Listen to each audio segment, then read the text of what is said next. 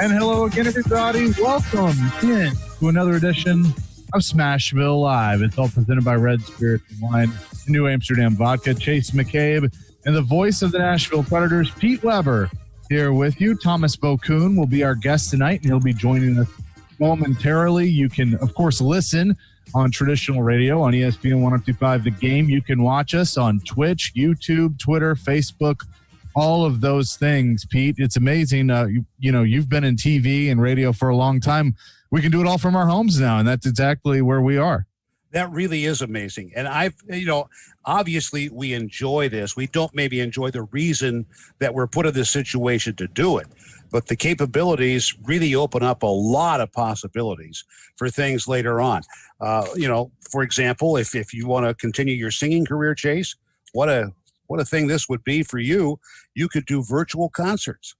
I know. I could try that. I've played the guitar on the radio a time or two, and that has been fun. That has been well received. So certainly could do that. And then, but it allows us to kind of give a video portion of things to our listeners at home. And we're looking forward to having Tomas Vokoun join us here in just a few minutes. Because I said earlier today, I was very excited about talking to two former Predator goaltenders all in one day. Of course, Chris Mason does a weekly with us on Darren Donick and Chase 10 to 2. And then Tomas Vokoun will join us here in just a few minutes. So, those two were there at the very beginning, and I know you were too, so you got to see it all with those two in between the pipes, but kind of fun to be able to chat with them in one day. Yeah, it certainly is going to be. And I got to tell you, Tomas was a very special player. I probably should have brought it in from my other room. I still have a portrait shot of him in my family room off to my right here. That's how highly I think of him, how much I enjoyed all my conversations with him. And he's sitting behind me oftentimes on the team buses and asking me questions about one of his Czech heroes, Dominik Hasek, because I had worked with him in Buffalo. And so he was especially asking me questions before Tomas went off to play for the Team Czech Republic in the Winter Olympic Games in Turin, in Italy, in 2006. Wow. That's, because I forgot about that. Just the crossover that you've had with some of these players over the years through your time in the NHL. I guess, because the Dominator, as he was called in Buffalo, you got to see him quite a bit. Well, Dominik was totally unorthodox. And if you don't understand that term, just watch him 10 goal. I mean, on occasion, he considered his goalie stick to be like an encumbrance that would bother him. Sometimes he'd just lay it down and go pick up a puck with his blocker hand, or he'd lay down his back, do a snow angel, and do one of the required things to make the stop. And that was kick up his pad and stop a shot, or use his helmeted head, to make a melon save. I think he probably patented those. And we are joined now, for those of you watching at home, by former Predators goaltender Tomas Vokoun. He is with us and getting everything set up. Tomas, good to see you. Thank you for joining us here tonight on Smashville Live. How you doing? Hey guys, I'm doing good. Happy New Year. Yes, Happy New Year to you. Yeah, for sure. We were just talking about, Pete was telling a story of how you and him used to sit next to each other or close to each other on the bus and talk about Dominik Hasek. Yeah, we did. I mean, he was my idol, all childhood. So there was a lot to talk about. I mean, yes, he had a pretty good career, the guy. Yeah, and he was a character also. So, there's a lot of stories about him. A character, an incredible competitor, Tomas. I mean, he would keep the guys on the ice for the morning skate. If somebody beat him on a shot he shouldn't have been beaten on. I know. He was amazing, Never going to be duplicated. 6 Vezina trophy in a row, I don't think so either. Trying to do that in nowadays. Yeah, very, very difficult. Tomas, you came here in the expansion draft, having played, in 3 years as a pro, one NHL game. And it was not a game that you wanted to remember at all. I recall that because we went into that same building in Philadelphia when you were with the Predators. And that was one you'd like to forget as well, I'm sure. Yeah, I mean, at the start of the career, the Wells Fargo Arena wasn't my ring, but I turned it around turn it around later on. But you know, it was a tough start, obviously. But you know, things kind of work out in mysterious ways, and sometimes, and you know, it was a good learning experience. I mean, it was devastating at the time, but you know, I learned from it a lot, and it helped me throughout my career in, you know, later. So it's always, you know, when something, I would say in that moment, not positive happen, you know, especially for young player and all that, it's, you know, how you deal with it, you know, how you respond it and all those things. So for me, it was definitely not something, those feelings I kind of go back and like to remember, but I also take it as one of the, you know,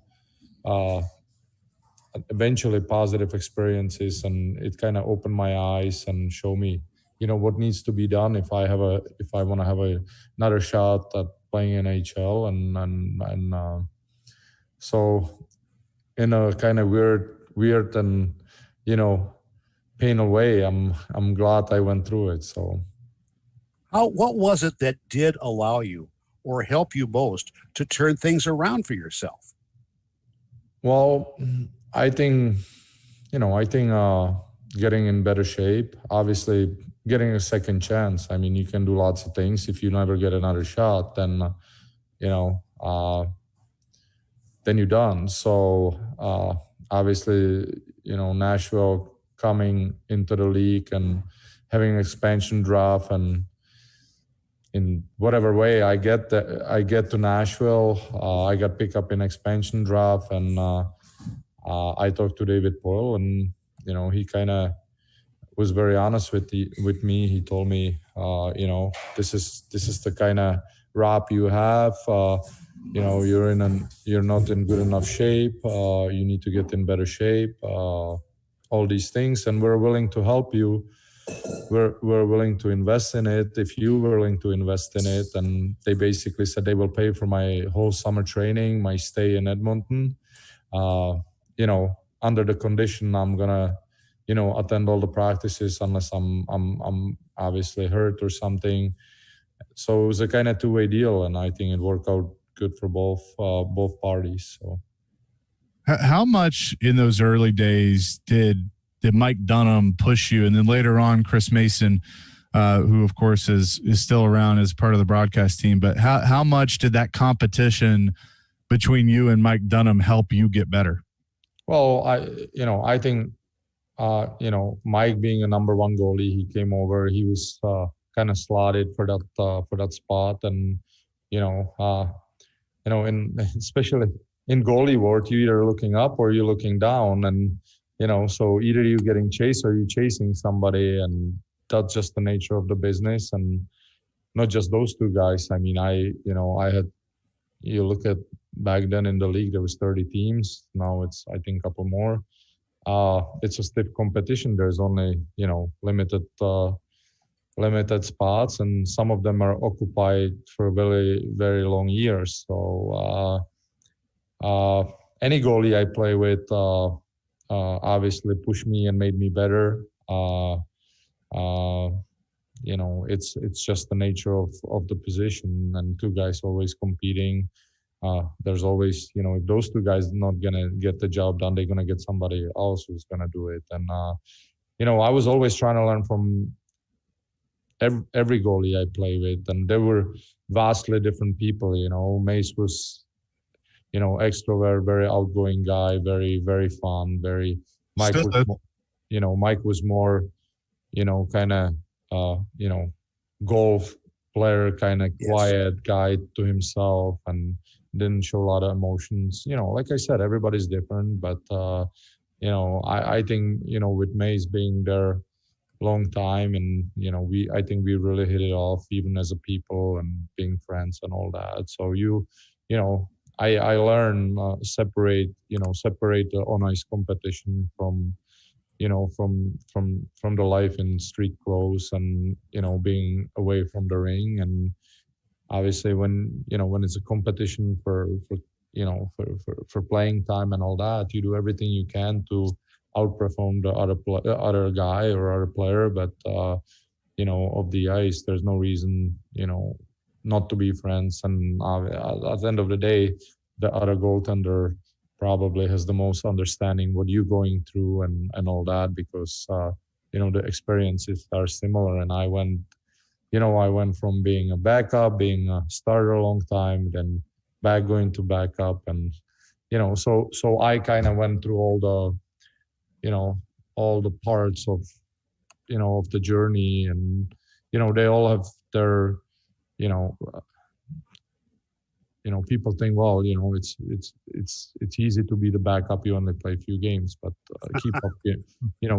keep yourself up, in playing shape and being ready. And also, if you don't have a game, you have a long time to sit on it and think about it, and you don't know when you're gonna get another chance. On the other hand, when you're starting goalie and everybody, obviously, your contract reflects your position. Everybody's expect, premium from you all the time. And, sometimes you get in a situation when the backup plays a couple good games, people start saying, well, maybe he's better than this guy is overpriced. We switch them and all that. So, being NHL goalie, you will face different kinds of pressure at any, whatever your role is at that moment. And that's why it's very, tough position to play, and you play team sport almost on the credentials of individuals. So it's it's not easy, but it's also so much fun because you can make we were talking about Hasek and all that.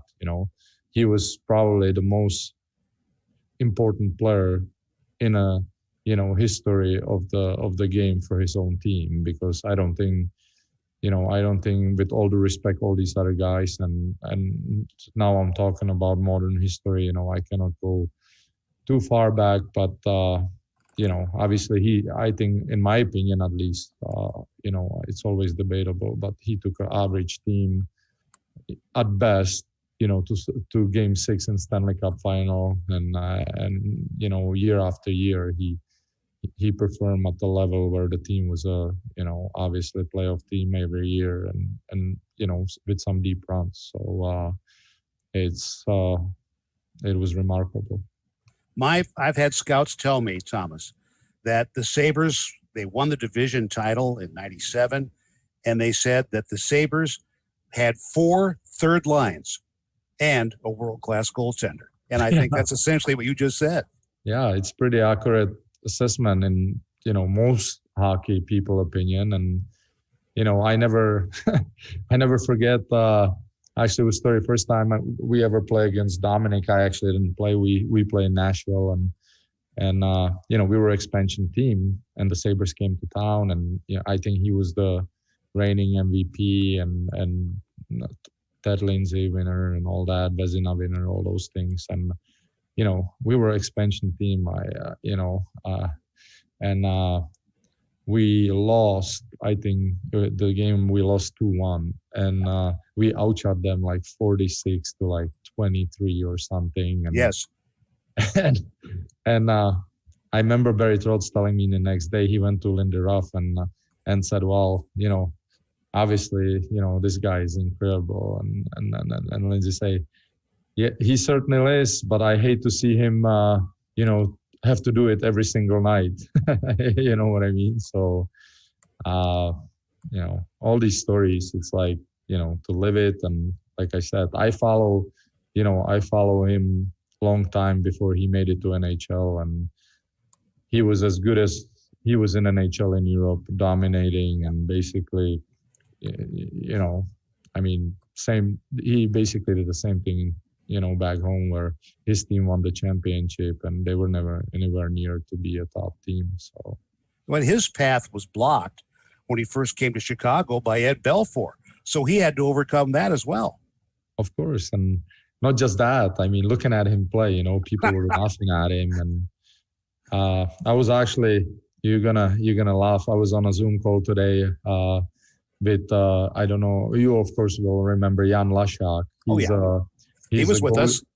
He's a goalie development coach for Slovakian Federation now, and he runs these podcasts, and it's actually a really cool idea. They get all the parents and little goalies and all the coaches, and basically they bring ex-goalies and people around goaltending, and they have these podcasts and people tell their stories and kind of explain their path in their life. So we were talking about it, how unique his style was, Hasek's, and he was basically he invented his own kind of play, and nobody was able to duplicate it till today.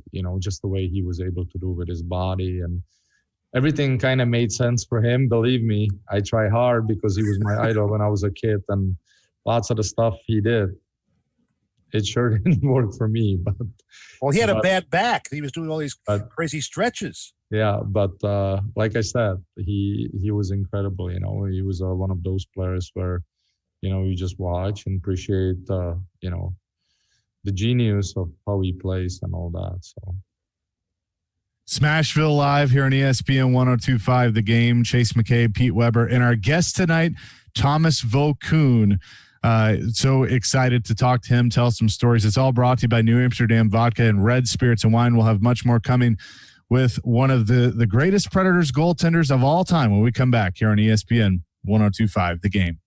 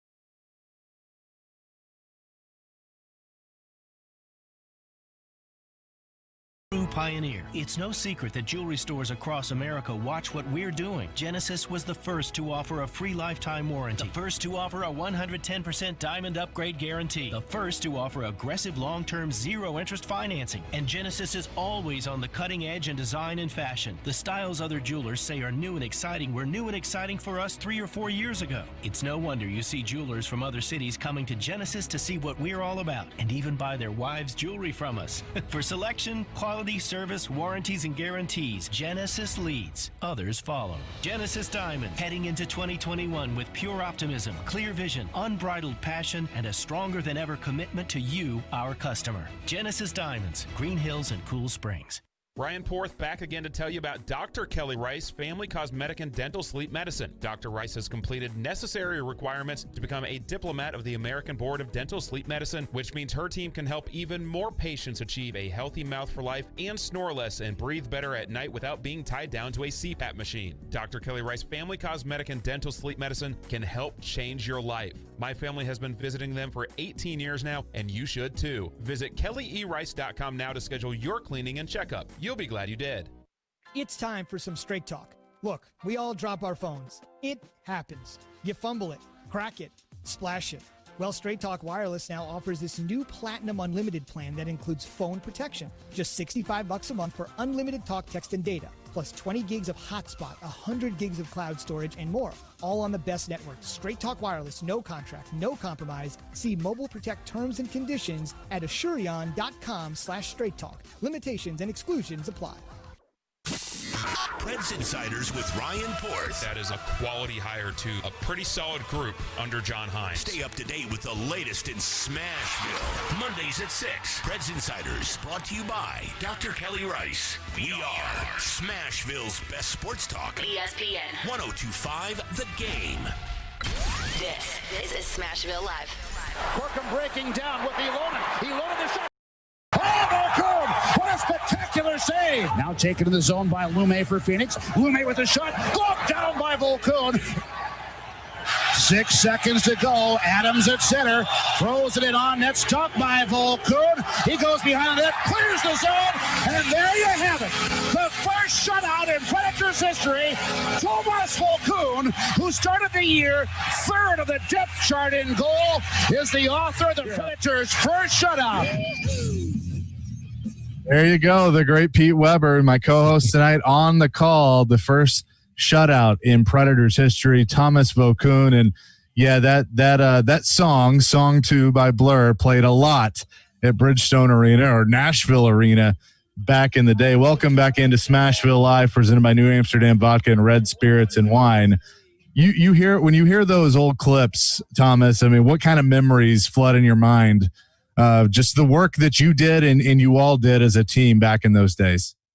Well, first of all, I got to say it's probably better to hear them than see them because it makes it so exciting. I was like, oh my God, this must have been safe. Like, you know, like a top 10 save of the year. But no, just joking aside, you know, obviously it was exciting for us.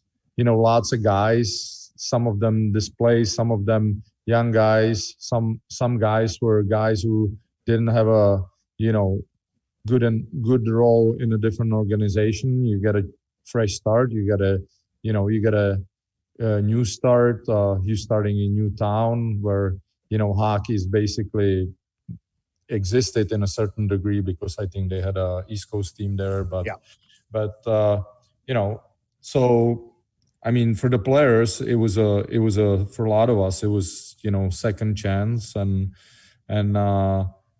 you know, it was special. I mean, just getting to Nashville, I didn't know what to expect. I never really been in a South in North America before, and obviously knowing it's, you know, hockey wasn't very not popular, but there was not a lot of teams. There was teams in Florida, but kind of, you know, higher up there weren't a lot of teams, and so.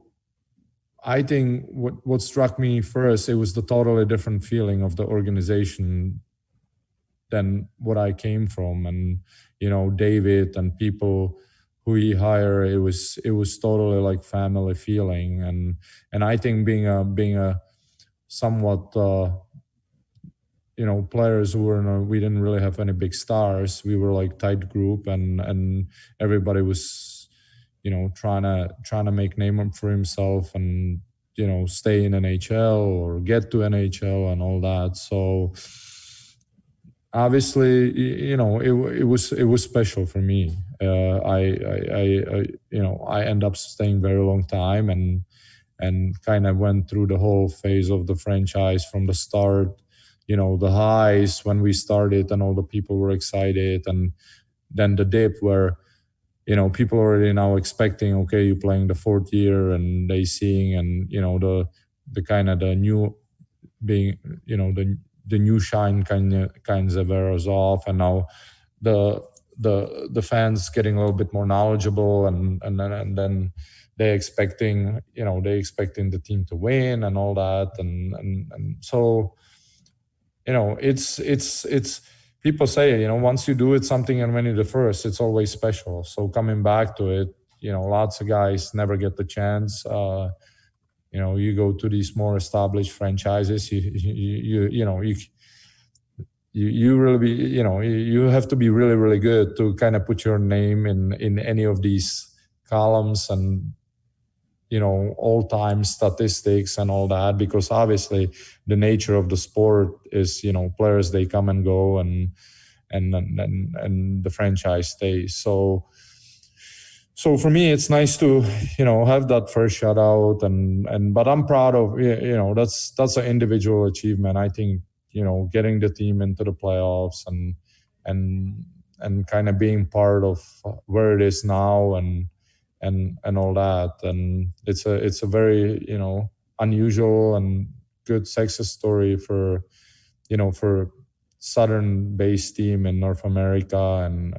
a lot of teams have problems, and there's few stories like Tampa Bay Lightning and Predators and teams who really, kind of caught on and even in the unusual geographic locations, they doing well and they're able to put good product on the ice and so Nashville deserve it. They have a great fans. It's a great town, and I can be more happy for their success. So you came here at the right time. You were 22 years of age. What great timing for you. Yeah, I mean, like I said, I got like we talked about before, I got my chance in Montreal organization, and you can say I was in the right time in the right place, and I wasn't ready. So I just, now looking back, it was good. I got the second chance, and this time I was in the right place at the right time, but I was also ready. So, and I really believe that, and I put the time and the work, the whole summer in, and believe me, it was not fun. So, sometimes you really kind of get what you deserve. And when I didn't deserve it, I wasn't successful. And I think, in my opinion, when I was, when I did deserve it, I did succeed. So. Well, you certainly worked hard for it. Absolutely. The Predator way was a phrase that Barry Trotz and David Poile used a lot in those early days of outworking your opponent. And a lot of that was, as you were talking about, was you're an expansion team and you maybe didn't have the paid players and some of those guys, but you guys won. And it was 2004, I guess it was. You get to the playoffs for the first time. But that whole mantra, that phrase has come back under John Hines, and maybe changing up the name, however you want to put it, but it's the same idea. What did that philosophy mean to you in those days when Barry would preach the Predator way? Well, it's very simple. I mean, you can, as a player, you can only control certain things. As a coach, you can only, control certain things. We all are in that position where, I think David had the most control over things, but on the other hand, he has budget he had to work with and all those things. So he cannot do everything he wanted. One thing I think they all kind of, because they have a year or even more before the franchise started, I think the one thing they agree on, they want to have a, tight group. They want to select people based on their character. Often on the ice, and they want to have hardworking people, and they bring people like Tom Fitzgerald and people who are not necessarily at the moment top players in the league, but they were really respected guys and always said the right things and give good kind of leadership to the young guys we had and all that. So, and I think that's how we built. I mean, it's not like today when really like the expansion rules benefit the team coming in. Back then it was it was lot more tilted to the existing teams, and the new team always struggles. So you look at Columbus, you look at Atlanta, Minnesota, all of those teams, they were not stuck up at the start of their kind of journey in the NHL. So I think they did the right thing, and I think that always stay in Nashville, just the way, there's a certain vibe in the city and all that, and it kind of translates to even the players. And I think one thing what's deservedly so, it's amazing. You always have people kind of say, well, Nashville, are they ever going to get free agents, and will ever the top players really like choose Nashville over, maybe playing in Boston or Rangers or one of those big market teams? And, you can see now they achieved that, and they achieved that. You don't do that overnight. It's not just going to happen because you talk about it. I mean, you have to, the stability of the franchise, having coaches for a long time, not circulating, not panicking with, after setbacks and all those things, keeping familiar faces around like Pete. I mean, how long, so all this, you look at some franchises, they struggle with that, and there's a big turnaround of players, there's a big turnaround of front office people, there's everyone, and it's hard to kind of start rebuilding every year, building on something new, and you can say all those things, but if you don't have a kind of long-term vision and kind of stay with it and methodically, put the pieces in place and wait for your time. And, I think it was a big, obviously, just like my second chance, I think Predators got the second chance when, the local ownership group step up and they got involved. And, I remember the year I was leaving, the team was kind of up in the air, and it was, nobody knew what's going to happen. There was a lot of rumors and all that. And so, like I said, everybody needs a little bit of luck, and I kind of things fell in place, and they're doing great. I mean, I've been to Nashville, every year lately, and it's awesome to see. Me and Pete, we had some memories when we were introducing. We were trying to bring fans to the stands and kind of drive around and promote hockey. And believe me, sometimes it was a sad sight. See us in that night in Chattanooga. Yeah, yeah. So. Trying to catch people, and I think we were in Walmart or somewhere, and yes. They have absolutely no idea what sport we're playing or what the hell we're doing there,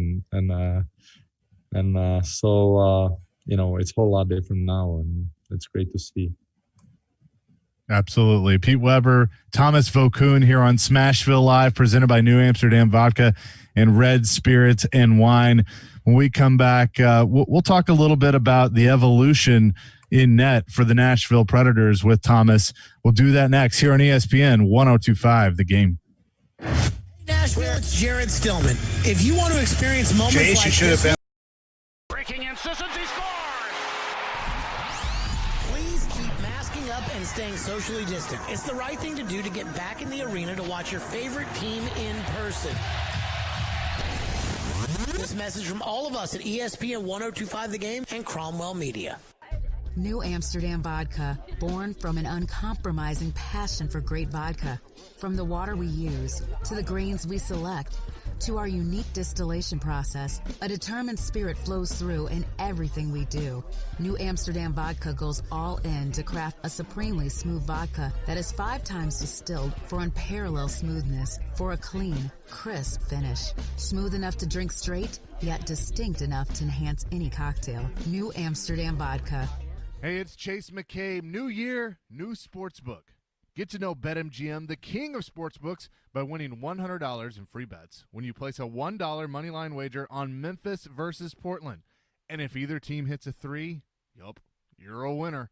Just sign up, use the bonus code 1025GAME100 when you make your first bet to take advantage of this offer.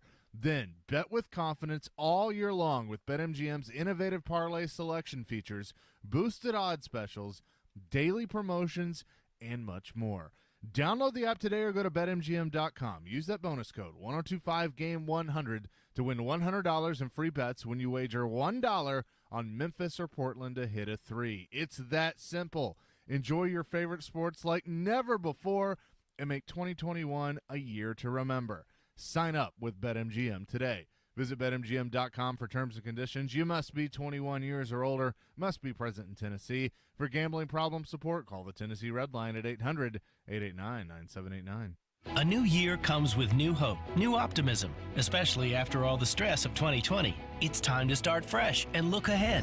At Genesis Diamonds, we're excited to be part of your special moments in the new year, and we're proud to be the nation's leading jeweler, a true pioneer. It's no secret that jewelry stores across America watch what we're doing. Genesis was the first to offer a free lifetime warranty, the first to offer a 110% diamond upgrade guarantee, the first to offer aggressive long-term zero-interest financing, and Genesis is always on the cutting edge in design and fashion. The styles other jewelers say are new and exciting were new and exciting for us 3 or 4 years ago. It's no wonder you see jewelers from other cities coming to Genesis to see what we're all about and even buy their wives' jewelry from us. For selection, quality, service, warranties, and guarantees, Genesis leads. Others follow. Genesis Diamonds, heading into 2021 with pure optimism, clear vision, unbridled passion, and a stronger than ever commitment to you, our customer. Genesis Diamonds, Green Hills and Cool Springs. Ryan Porth back again to tell you about Dr. Kelly Rice, Family Cosmetic and Dental Sleep Medicine. Dr. Rice has completed necessary requirements to become a diplomat of the American Board of Dental Sleep Medicine, which means her team can help even more patients achieve a healthy mouth for life and snore less and breathe better at night without being tied down to a CPAP machine. Dr. Kelly Rice, Family Cosmetic and Dental Sleep Medicine can help change your life. My family has been visiting them for 18 years now, and you should too. Visit kellyerice.com now to schedule your cleaning and checkup. You'll be glad you did. Hey, this is Mikael Granlund, and this is Smashville. Granlund has the puck. The shot! Granlund, the hero of the night! You're listening to the flagship of the Nashville Predators radio network, ESPN 1025, The Game. This is Smashville Live. Smashville Live. Puck thrown in, they had it Perreault. Sullivan reaching for it, chopped out Scott Niedermayer. And a pass to Fedorov breaking in. His shot, a stick save, Vokoun. A huge stop on Fedorov. Of all people, breaking in with under a minute to go in a tie game. There you go. More highlights. Tomas Vokoun, our guest tonight here on Smashville Live. Chase McCabe, Pete Weber, and having a blast telling old stories. And we were talking during the break about just how much, and we talked about this before the break too, of just how much the city has grown, not just the fan base of the Nashville Predators, but it has all grown. But the evolution of your position, now you were in, I believe, in some training camps with Pekka Rinne. There is a little bit of overlap when he was brought into the organization. And in fact, in the hallway, there is a picture that has a very, very young babyface Pekka Rinne in the back with you and Mace in the front. So you guys did overlap, but now young UC Saros is getting his turn, and as Pekka has gotten older. But what have you seen out of the goaltending position, starting with Pekka Rinne, since your time here in Nashville?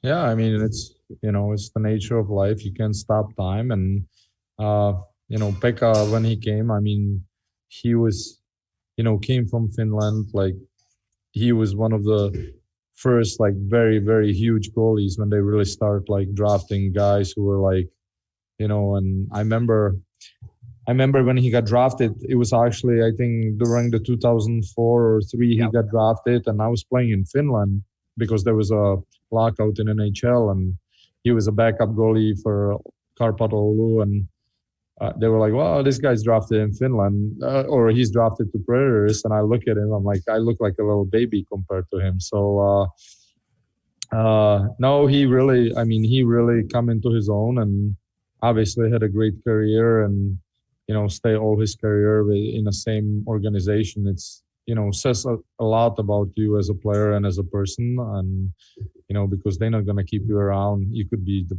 as good as you want if you're not a good person. And, he's a good person, and he did lots of things. And like I said, what can I say? I mean, he, won Vezina Trophy and all the achievements he had. It's the only unfortunate thing, they weren't able to win, but it was fun to watch. And like I said, I mean, he it's not just the things he did on the ice. He did a lot of things in the community, I understand. And, just for him being around now and being obviously, kind of at the twilight of his career, and, the franchise deciding to have him as a kind of, guy who's going to be there for UC, to help him and kind of, they had a good relationship, and UC waited a long time for his chance, and kind of now his time. So, obviously, like I said, it's inevitable. It's going to happen, and eventually you get old, and then you can play. You can play NHL goalie for till your 60s, and that's just the way it is. Thomas, you were talking earlier about the question mark: would the Predators ever be able to sign free agents? How did you feel as a player when all of a sudden Paul Kariya decided to sign with the Preds? Yeah, that was a big thing. I mean, Paul at the time was he was a considered star in the league, and when he signed, I mean, it brought the excitement level of the fans. It totally. We got Steve Sullivan a year prior to that, and who was a really good player for the Predators, and we had some players coming up, and he decided this is opportunity for him. And everybody who knows Paul, he's the kind of guy who likes that back then small town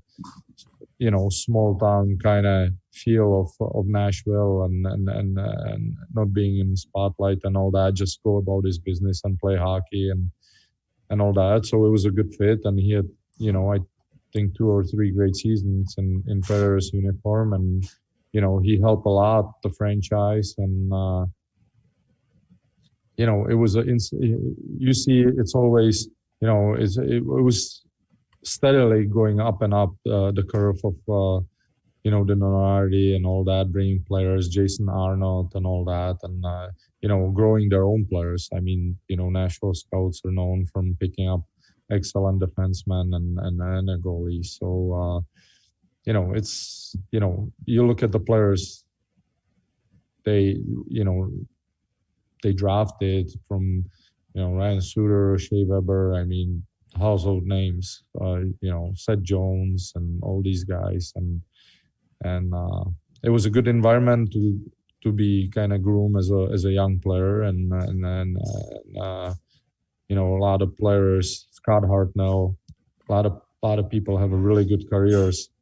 I think not only based on hockey, but based on coming out of the organization where they understood how to behave and what it takes to be a professional and all that. And so, Thomas, what do you remember about October 27th, 2007? It would have been your first game back in Nashville, this time with the Florida Panthers. You actually had an assist in that game, but Predators get the win, 2 goals by Vern Fiddler, but just being in the visitor locker room, skating on the ice, and of course, if you play in Smashville and you're the opposing goaltender, the fans will tell you what they think about you. I know that was difficult because they had cheered you for so long to have the "you suck" chance.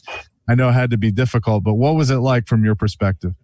I mean, it was definitely a weird experience, especially being in that guest locker room, because it's just you've been coming to the rink for years, and it's almost like you used to go get newspaper in the morning, and you can kind of walk with your eyes closed and just know where you're going, and so it was mixed feelings. I mean, it's some time ago too, so I don't I didn't even remember Vern scored 2 goals. How unusual that is, but but in one game, but I mean, as a player in NHL, there's a saying: if they traded Wayne Gretzky, anybody could be traded. So you just got to be prepared for that, and life goes on. You just move on and trying to do the best you can for your current team. And saying that, I will always have a special place in my heart for Nashville and all the memories I had there, and things kind of we went through as a team, and people I met, and not just in hockey. I mean, I lived 9 years in Nashville, Franklin and Brentwood, and so I met a lot of people outside of hockey, and I had a lot of fun and met a lot of fantastic people. I still keep touch with people from our area, so I cannot say one bad thing about my experience, being in Nashville for those 9 years.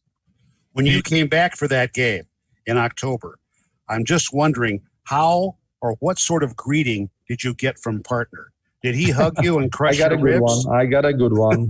I mean, I don't think he even at the moment he realized I was playing for a different team. He just was surprised. He saw me in the visiting locker room, and but no, he's been part of that whole kind of character of the team and all that. It's been there so long, and it's great to see. I mean,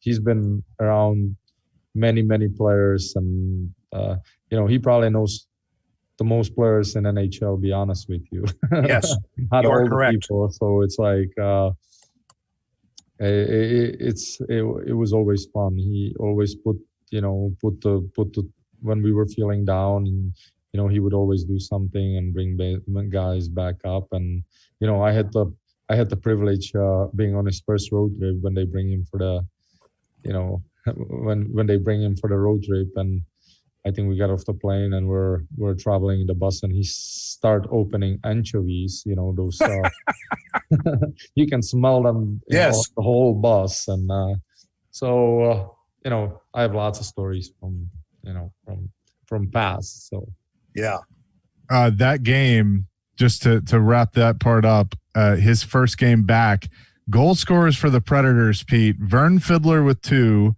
Radek Bonk, and the game winner was Jared Smithson. Wow, quite the roll call there. Yeah, it was all guys who didn't score a lot, I guess. So those are the ones you're watching out for the ones who should score, and then those who you overlook, they bite you in the butt. So last year, Thomas, we were in morning skate in Ottawa, and all of a sudden I look in the stands, and there's Radek Bonk. He has his wife and family there, and he said he took his daughter out of school because he told the teacher that she was supposed to see Dr. Rene. I like that. Yes. That's very good. Pete Weber, Chase McCabe, and Tomas Vokoun here with you tonight on Smashville Live. It's all presented by New Amsterdam Vodka, Red Spirits, and Wine. We'll come back, and it's flown by. We'll come back and wrap it up with a few more stories. Up next here on ESPN 102.5 The Game. As you continue to work from home and practice social distancing, tune us in anywhere, anytime. Just search The Game Nashville in your app store and download today. We are Nashville's best sports talk, ESPN 102.5 The Game and The Game Nashville app. From the Fox 17 News Code Red Weather Center. Increasing clouds as we head through the overnight, and light rain showers developing for early Thursday morning. We'll see the clouds clear late. Temperatures look to climb into the mid-50s for the afternoon. For Fox 17, I'm Chief Meteorologist Katie Morgan with your Fox 17 Code Red forecast. This weather report brought to you by Hiller Plumbing, Heating, Cooling, and Electrical. Call the happy face truck today.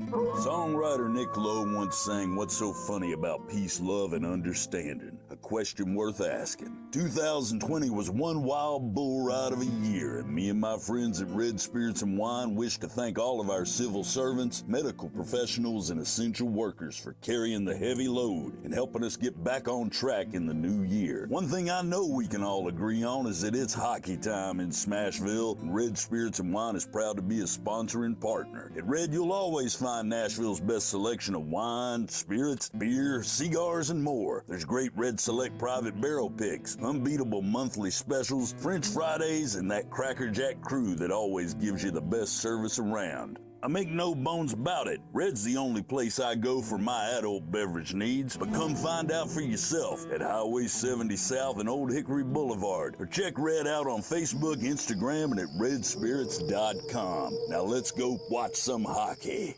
Ryan Porth back again to tell you about Dr. Kelly Rice Family Cosmetic and Dental Sleep Medicine. Dr. Rice has completed necessary requirements to become a diplomat of the American Board of Dental Sleep Medicine, which means her team can help even more patients achieve a healthy mouth for life and snore less and breathe better at night without being tied down to a CPAP machine. Dr. Kelly Rice Family Cosmetic and Dental Sleep Medicine can help change your life. My family has been visiting them for 18 years now, and you should too. Visit kellyerice.com now to schedule your cleaning and checkup. You'll be glad you did. A new year comes with new hope, new optimism, especially after all the stress of 2020. It's time to start fresh and look ahead. At Genesis Diamonds, we're excited to be part of your special moments in the new year, and we're proud to be the nation's leading jeweler, a true pioneer. It's no secret that jewelry stores across America watch what we're doing. Genesis was the first to offer a free lifetime warranty, the first to offer a 110% diamond upgrade guarantee, the first to offer aggressive long-term zero-interest financing, and Genesis is always on the cutting edge in design and fashion. The styles other jewelers say are new and exciting were new and exciting for us 3 or 4 years ago. It's no wonder you see jewelers from other cities coming to Genesis to see what we're all about and even buy their wives' jewelry from us. For selection, quality, service, warranties, and guarantees, Genesis leads. Others follow. Genesis Diamonds, heading into 2021 with pure optimism, clear vision, unbridled passion, and a stronger than ever commitment to you, our customer. Genesis Diamonds, Green Hills and Cool Springs. From Franklin to Germantown, you're forcing defenses to make a decision. We are Nashville's best sports talk. ESPN 102.5 The Game and the Game Nashville app. This is Smashville Live.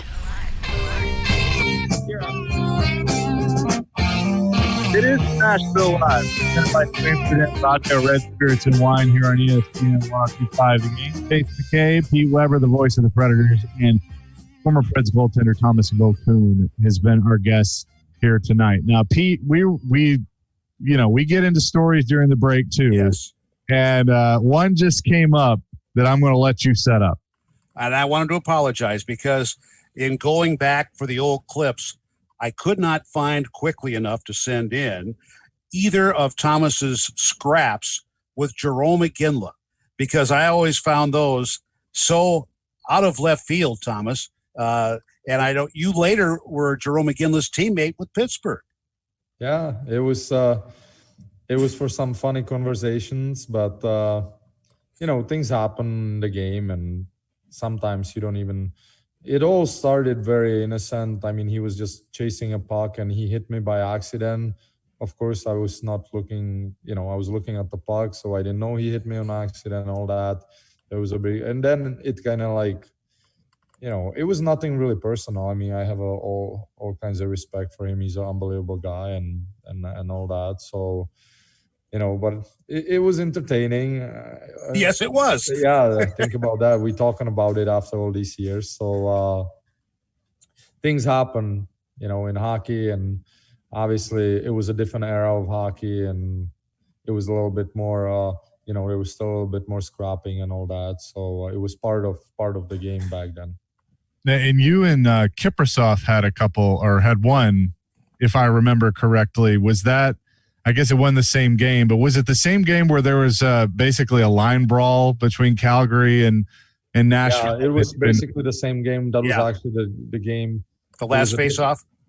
Yeah, it was a different one because the first one was when he hit me. It was Jimmy McLennan playing the first one, and then we liked it so much we made it like a 1-year occurrence. So on every year anniversary we fought again and all that. So no, but kidding on side, it's like I said, it's a loud building. Calgary is a loud building, and they always play hard. So naturally, it's sometimes get scrappy and all that. And like I said, those were, fighting. I wouldn't call fighting. It was throw punches and then you're on the ground or referees holding you or whatever. So, believe me, I pick a wrong guy if I want to fight somebody in Jerome McGinley. So thankfully I had my masks. I still have all my teeth. So there you go. You're the winner. I got that going for me. So that's good. We have about 2 minutes left, but with the realignment because of COVID and trying to get all the games in, the Predators find themselves with the Detroit Red Wings in their division in Columbus once again. But you were a part of that budding rivalry of, so many times I hear people talk about Nashville looking at Detroit, wanting to model themselves after that franchise, but you had Pred Wing fans that were at the GM plant. But what do you remember about some of those early rivalry games against Detroit? I mean, being scared for one. You look at their lineup. I mean, they were basically all-star team, and they had young and middle age and unbelievable veterans. And I mean, they were the deepest team in the league, and by far. It wasn't benefiting us playing them eight times a year. But I remember I loved to play against them because they shot the puck a lot, and I as a goalie like that. I didn't like the games when you get 15, 20 shots and you stand there and then you made one mistake and looks like a bad game, So they put a lot of rubber on the net, and it kept you in the game. And it was always measuring stick for us, kind of where we are, and just playing against these guys. And their power play was amazing, with Brett Hull and Brendan Shanahan and Yzerman and Larionov. I mean, you go down that list of names and you're like, can't believe all these people play, Lindstrom, and, they all play on the one team for a very long time. And so good times, good memories. And that, like Pete said, that old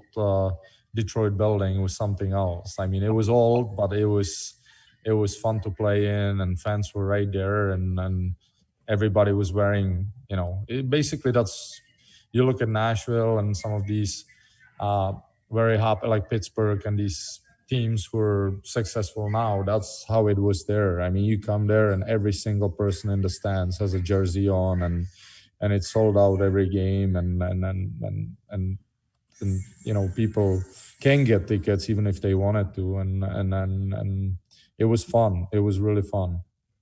Well, Tomas, we really appreciate the time tonight. This has been fun. It's been good to catch up with you. And Pete, appreciate you being on with us as well, because a lot of stories, and it's cool to see where the franchise has come. So take care, and we'll do it again soon.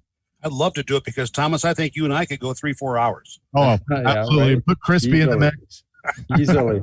Absolutely. We'll crack a bottle of wine open, maybe even longer. Yes. Here you go. That sounds like a plan. Appreciate New Amsterdam Vodka, Red Spirits, and Wine. For Pete Weber and Tomas Vokoun, I'm Chase McCabe. Slapshot Radio with Paul McCann and company. That is next here on ESPN 102.5 The Game. Another shot, another score.